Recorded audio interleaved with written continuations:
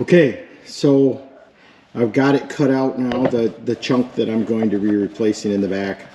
So let's walk over here and take a look at what we're going to replace it with. So coming over here. So this is my thought. To start out, I'm going to start out with a chunk. Can you see those lines? Okay, a chunk like that big. I'm going 1.5 inch around it, like that. And my thought is to, because I'm going to spot weld this, I'm not going to stitch weld it. So I'm going to take that right there. I'm going to get it all in place, get it all cleaned up on both sides, clean off this cut up right here, because all good stuff here.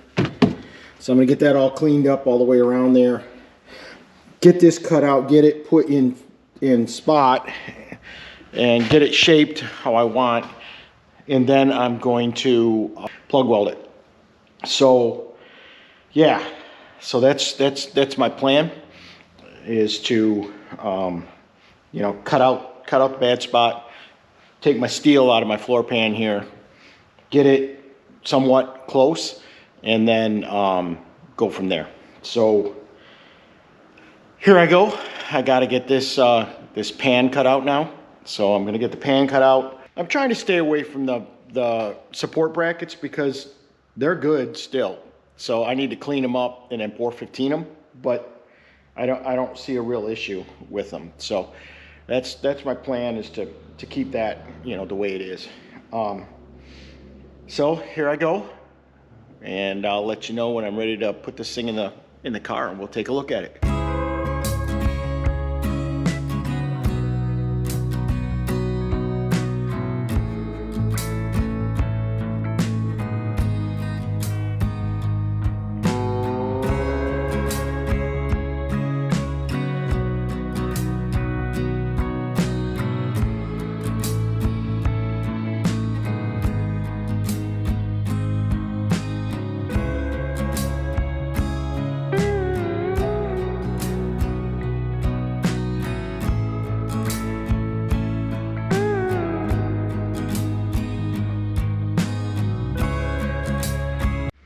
Good morning.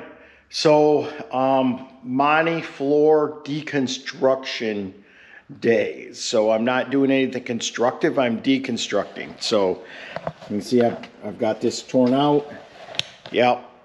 Got a floor pan. Yup. So I got a couple hours here to kill. So I'm gonna cut out my squares and then take my floor plans, and I'm going to cut out my chunks and then put them in the car and hopefully come up with something I can use. So that's this morning, and I need to have my hat on. Too much, no contrast between the light and the top of my head. All right, here we go.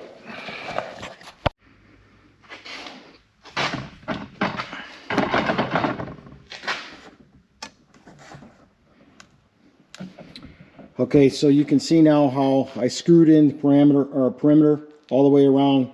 It was all cut out in the middle and drew it up into the steel, flattened out the ridges in there so that I can get it nice and flat and welded. So I'm going to use the VVG method here. I'm going to leave it all screwed down and then pull out a screw, put a drill bit in and put a taper to it so that I got a good source of steel to weld in there, and then I'll fillet weld or plug weld.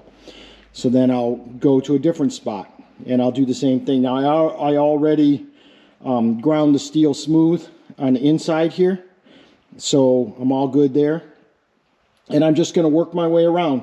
There's a couple spots that I'm going to need to heat the steel up to pound it into shape a little bit over on this edge here where many pieces of steel met. But I've got it from underneath. I brought it up to it. It's really solid.